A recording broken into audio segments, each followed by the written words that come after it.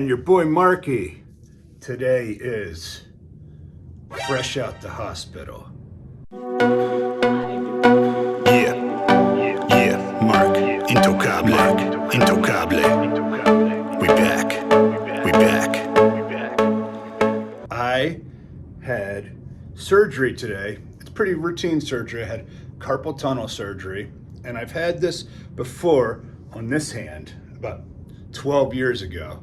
And this one didn't get bad until just recently. So this is my dominant hand. I'm right-handed, and I had the carpal tunnel on here 12 years ago. Had the surgery done. You can still kind of see the scar. It goes from here all the way up, and it was a little bit more complicated than today when I just got this done. So they've come a long way in the past 12 years with the surgery, and also this hand was a lot worse. So didn't have to go through quite as much. But yeah, I'm not really in any pain. It's been about 12 hours now since the surgery, so you would think that the whatever numbing stuff they put on it has worn off by now. I can move my fingers here. But yeah, let's talk about the whole process. So I was having trouble sleeping at night. My hand was constantly, falling asleep. And it's not just that it like goes numb and tingly, pins and needles feeling, but it kind of hurts too. That's the thing about carpal tunnel, is it falls asleep, but it hurts at the same time. But I was wearing like the brace at night to keep my wrist straight and everything, and try to keep the hand, like that, and in one position. And it still was just bothering me. So I thought, let's make an appointment with the doctor and let's check this out. This hand was, I was excruciating pain in this hand because I just let it go too long. And I think the causes of this was probably, I do, a lot of weightlifting and stuff, and that's on the hands. There's certain supplements that a lot of people talk about might cause it, like bodybuilding supplements, because it makes anything that makes you retain fluid and like your hands swell up, then the blood can't travel through them because it's not enough space in there. There's a nerve that runs through here, and when the hands, the muscles and everything swell up, then it puts pressure on this, and then the blood can't get into your hands, so your hands are constantly numb. So I think even just having like a muscular hand, that can cause carpal tunnel too, because you got so much muscle in there and it's pushing right up on the skin, and there's not enough room to get the blood in. So some people are just naturally prone to it. I know my grandfather, he had carpal tunnel, but yeah, mostly people who work a lot with their hands, typists, people who type on the computer, like bricklayers, things like that, who are, using their hands a lot. And I used to cut hair, so I think that's what really gave me this one bad, because I was constantly, like clippers and scissors and stuff. So that's what made the right hand worse. The left hand, it took a while till it got bad, but eventually it did. So got it taken care of today. And so you make a first initial consultation with the orthopedic specialist. They look you over. He talks to you about your symptoms, and he does he pokes around, the different on the nerve and stuff, saying, does it go numb when I do this? And then he holds your hand in different positions. He feels around in there, and then he says, okay, we think you might have carpal tunnel. So then you schedule an appointment to have a nerve test done, and that's the test to see if you have the carpal tunnel. So that test actually had two parts.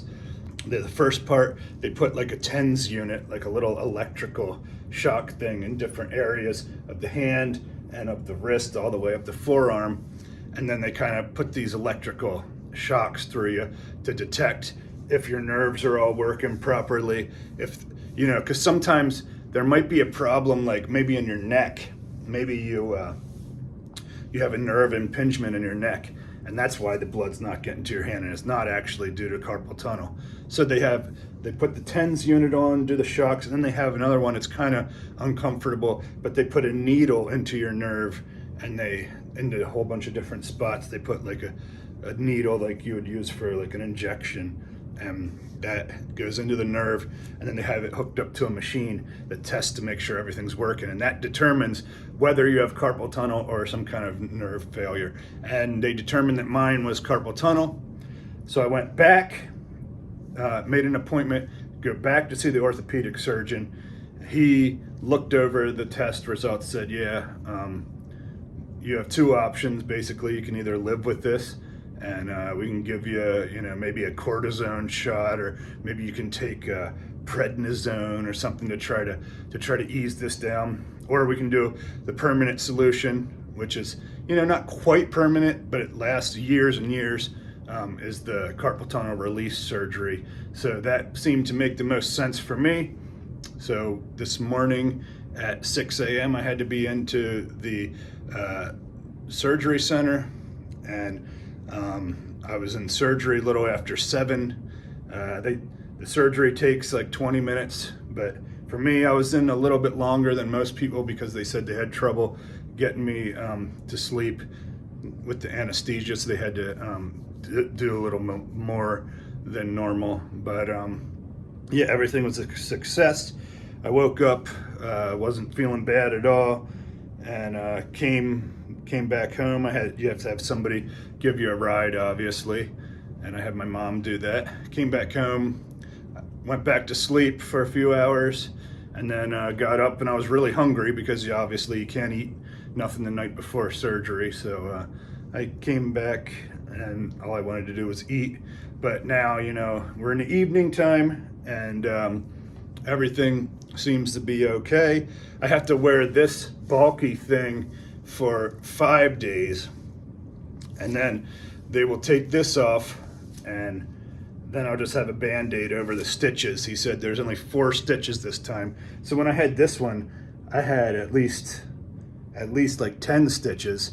But this, he said, it's only about an inch incision. So I don't know if they just do it better now, or if it's easier now, or if the doctor I just had, because it was a different doctor, if the doctor I had when I had this one, I think he had it out for me, and he didn't really like me, so he wanted to make it more painful than it was. But I'm allowed to go back to the gym, do the treadmill and stuff like that. And then I told him, there's different exercises where I'm not actually holding the weights, where I can do, like you can do the shoulder thing. You put the pads on your elbows, and there's I can figure out a way to train.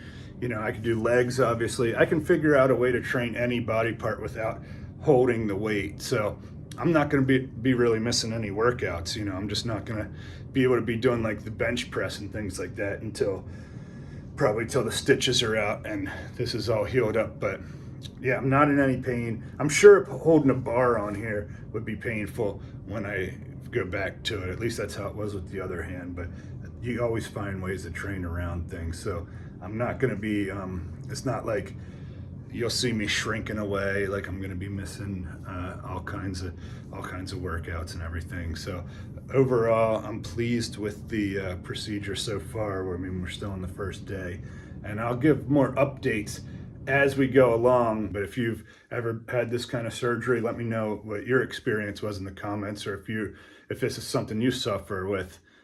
Hopefully this video can put you a little at ease if you're kind of worried about having the surgery, because this really was not a big deal. So thank you so much. Make sure you like and subscribe to the channel also.